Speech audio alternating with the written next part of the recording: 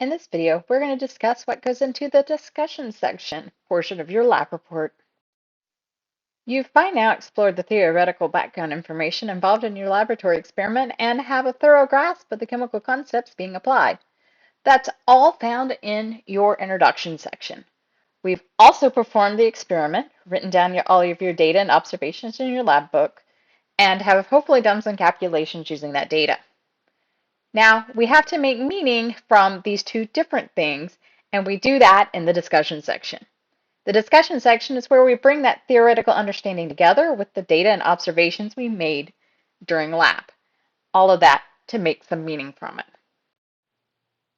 Discussion sections are typically made of a couple of parts, and they're going to appear in this particular order. Starting with number 1, a restatement of purpose or hypothesis. Remember that purpose or hypothesis statement back from your introduction? You're going to rewrite it down here, and it's going to lead off your first paragraph in your discussion section. Number 2, a summary of relevant results.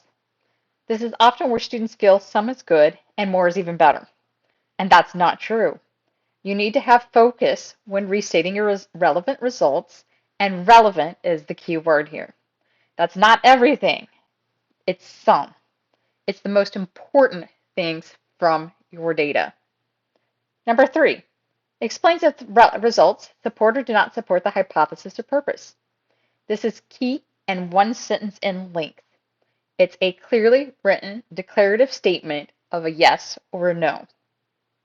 Number 4, explains why the results do or do not support your hypothesis or purpose. Now here's where we have more sentences. The key part is why. You need to explain why you made the statement that you did in number 3. This often involves citing relevant results.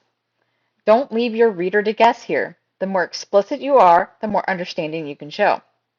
And number 5, addresses possible sources of error. Again, the key word is possible, keeping in mind that you cannot be generic and say, oh yeah, human error. It has to be very specific, and you have to show what specific steps where you know something may have happened. Let's look at these in more detail. The restatement of purpose or hypothesis is the first sentence in your discussion section. It reminds readers about what you're attempting to do with your experiment. Keep in mind that this is a very brief reminder, often 1 or 2 sentences at most. Make sure, however, that you're not copying and pasting the sentence you wrote in your introduction down to your discussion, but that you have rephrased it just a bit. Remember, the sentence should have the same meaning that it did in the introduction, and under no circumstances should you change your hypothesis to match your results. Immediately after your restatement of your hypothesis comes the summary of relevant results. Your summary of relevant results should be brief and keeping with the relevant results. So which results are relevant and which are not? Well, often they are what you found from performing a calculation. They also come in the form of graphs that display your data in easy to interpret ways, so that's combining multiple data points. You need to spend some time thinking about what is relevant to your purpose or hypothesis and what truly shows what you've accomplished. Key is key. Is the information key to understanding what you are trying to support?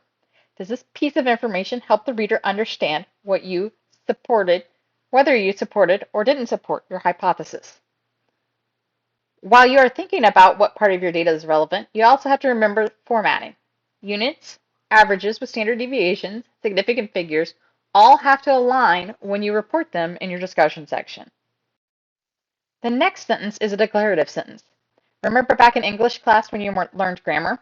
A declarative sentence is a sentence that relays information. It states a fact or opinion and lets the reader know something specific. In this case, you are specifically letting the reader know if your results agreed or disagreed with your hypothesis. Your declarative sentence should read something like, based on this information, my results support my hypothesis. Or, based on this information, my results do not support my hypothesis. Now, the part where we get to dive deeper. This is where you explain why. This is the part that will take up most of your discussion section. If not, you need to go back and look at what you've written and make some revisions. This section is all about explaining why. Why did you choose the declarative sentence you did? What in your relevant results made you decide that? Why? Why? Why? Dig deep for this one. Demonstrate your understanding of your lab experiment. Get out your magnifying glass and dig a little deeper at your data, just like that image suggests. Your discussion section will end with you addressing other issues of importance about your lab experiment and how it went. This is called sources of error, and one part that many students struggle with, which is identifying proper sources of error. The best thing to do is look at the procedure. For each step in the process, figure out what mistakes could have been made. Mistakes that truly happened, mistakes that maybe you could have prevented, and things that you really couldn't prevent, but maybe you could minimize from happening in the future. You should avoid listing human errors as sources of error, such as my lab partner didn't know what he was doing, and we did the calculations wrong. If you're not sure how to do the calculations, be sure to ask for help. If your lab partner didn't know what he was doing, what didn't the lab partner do right? Did they do some steps out of order? Did they spill something? Be specific. If it was a preventable error, keep in mind you need to have worked on preventing it. Now, if we spilled some of our sample, that really does happen, you need to describe it. In step 5, we accidentally knocked over the filter funnel and spilled our sample on the table. State how that affected your results. Well, we lost some of our product because it was left on the counter, which would cause my mass and my final mass to be lower than expected. Okay, so you want to state how it affected your results. Was your yield higher or lower than expected? How could you have prevented this error in the future?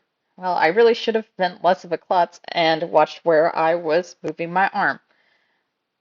When you go to write your discussion, you will need to include an analysis of your errors, including a list of 3 possible sources of error. Did they cause you to have a higher or lower than expected percent yield or other result?